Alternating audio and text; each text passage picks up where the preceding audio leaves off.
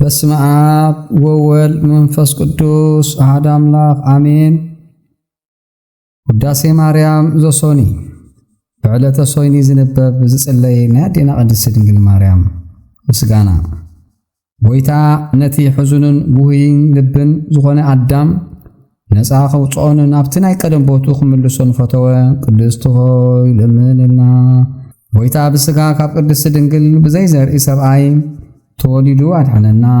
ንሔዋን ነታ ተመን ዘስሓታ እግዚአብሔር ንሕማምክን ጻዕርኽን ኣዝየ ከብዝሖየ ብምባል ኣብ ልዕሊኣ ዝፈረዶ ልቡ ፍቕሪ ሰብ ስለ ዝሰሓቦ ነፃ ውፅኣ። ቅድስት ሆይ ለምንና። ኢየሱስ ክርስቶስ እቲ ሰብ ዝኾነ ቃል ኣባና ሓደረ። ንሕና እውን ከምቲ ነብኡ ሓደ ዝኾነ ወዲ ዝረኸቦ ክብሪ ይረአና ይቕረ ክብለልና ፈተወ። ቅድስት ሆይ ለምንና። ነቢይ ኢሳይያስ ብመንፈስ ትንቢት ናይ አማኑኤል ምስጢር ረአየ። ነዚ ምስ ረአየ ድማ ሕፃን ተወሊድልና ወዲ እውን ተዋሂቡና እናበለ ዓዊሉ ጨርሐ። ቅድስት ድንግል ለምንና። ወዲ ሰብ ኩልኻ ተሓጐስ ደስ እውን ይበልካ። እግዚአብሔር ንዓለም ኣፍቂርዋ እዩ እሞ ብኡ ዝኣምን ኩሉ ምእንቲ ክድሕን ነቲ ሓደ ወዱ በጃ ሃበ። ልዑል ቅልጽም እውን ለኣኸልና። ቅድስት ድንግል ለምንና። ቅድሚ ዓለም ዝነበረን ዓለም ኣሕሊፉ ዝነብርን ንድሕነት ዓለም ዝመፅን ዓለም ክሕልፍ ዝመፅን ኢየሱስ ክርስቶስ ሰብ ዝኾነ ቃል ካባኺ ብዘይ ምልዋጥ ስጋ ለበሰ ፍጹም ሰብ ኮነ። ኩሉ ግብሩ ካባና ኣይረሓቐን ኣይተፈለየን። ሓደ ወልዲ እዩ፣ ንሱ ሓደ ራእይ፣ ሓደ ህላዌ፣ ሓደ መለኮት ቃደ እግዚአብሔር እዩ። ቅድስት ድንግል ለምንና። ኦ ንነቢያት ሃገሮም ዝኾንኪ ቤተልሔም ተሓጐሲ ደስ ይበልኪ።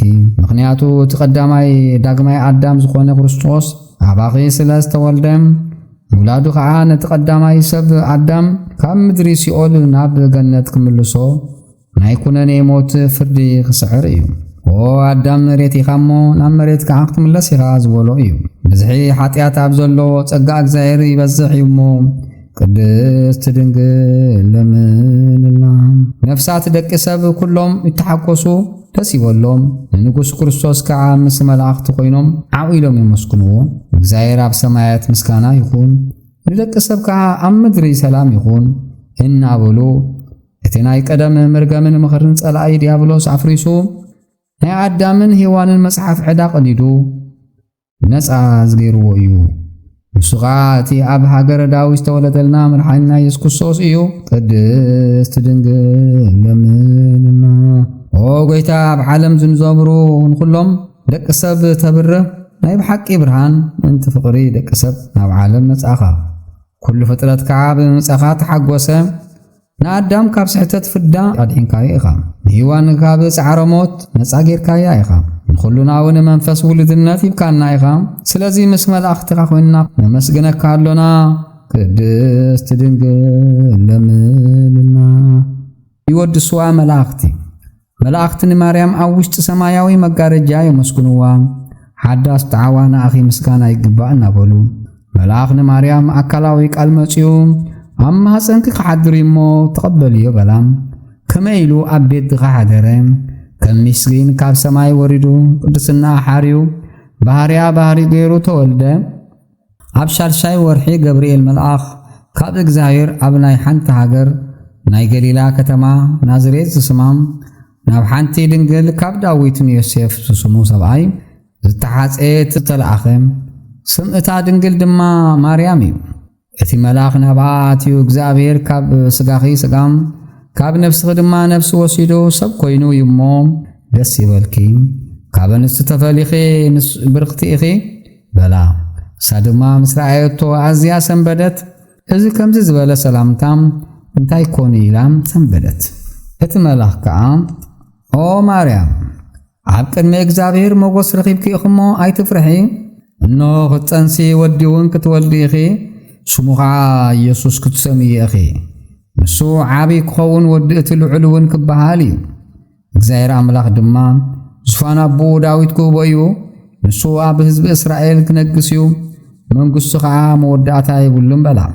ማርያም ድማ ነቲ መልአኽ ኣነ ድንግል እየ ሰባይ ከይፈለጥኩ እዚ ነገር ከመይሉ ክኸውን ይኽእል በለቶ።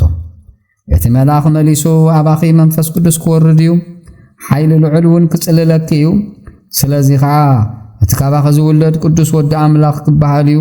ኤልሳቤጥ እታ ዘመድኪ እኳ እርግናኣ ወዲ ጸኒሳ ኣላ ነታ መኻን ትበሃል እዚ ሻልሻይ ወርሓ እዩ ከመይ ንእግዚአብሔር ዝሰኣኖ የለን እሞ በላ።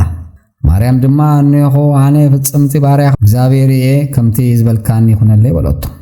ቅዱስ ገብርኤል መልአኽ ምስጋና ይግብአክ በላ።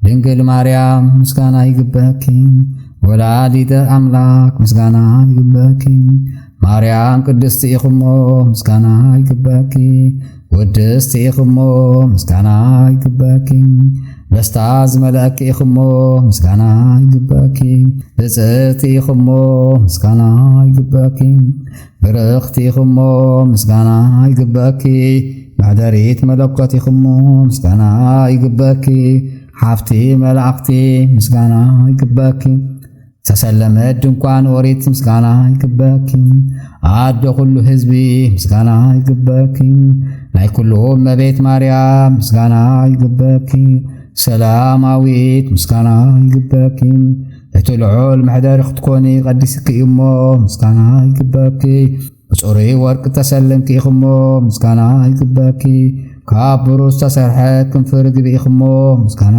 ይግብአኪ ናይ ምብራቕ ኣፍ ደገ ናይ ብርሃን ኣደ ምስጋና ይግብአኪ ካብ ፀሓይ 7 ኢድ ተበርሂ ክብርኺ ካብ ኣኽራናት ልዕል ዝበለ ምስጋና ይግብአኪ ኦ ማርያም ካብ ዝተሓረዩ ዝተሓረኺ ካብ ዝኸበሩ ዝኸበርኪ ኢኽሞ ምስጋና ይግብአኪ ኦ ማርያም ብኽብሪ ኣቦኡ ምስ ቅዱሳን መላእኽቲ ኣብ ዝመጸሉ ግዜ ምእንቲ ከድሕነና ንጻድቃን ብየማኑ ንሓጣን ብጸጋሙ ኣብ ዝቖመሉ ግዜ ንሰማዕቱ እስጢፋኖስ ዮሐንስ መጥምቕ ምስ ኣባ ሰላማ ከሳቴ ብርሃን ምስ ኩሎም ቅዱሳን ኣብ የማኑ ከቁመና ጸሊልና ለምንልና ኣማልልና ንዘለዓለም ይቕረኽ ብለልና ኣሜን። በረኸታን ረድኤታን ናይ ኣዴና ቅድስቲ ድንግል ማርያም ምስ ኩላትና ይኹን። ቅዱስ ኤፍሬም ከም ዝባረኸት ኣዴና ንኩላትና ትባርከና ኣሜን።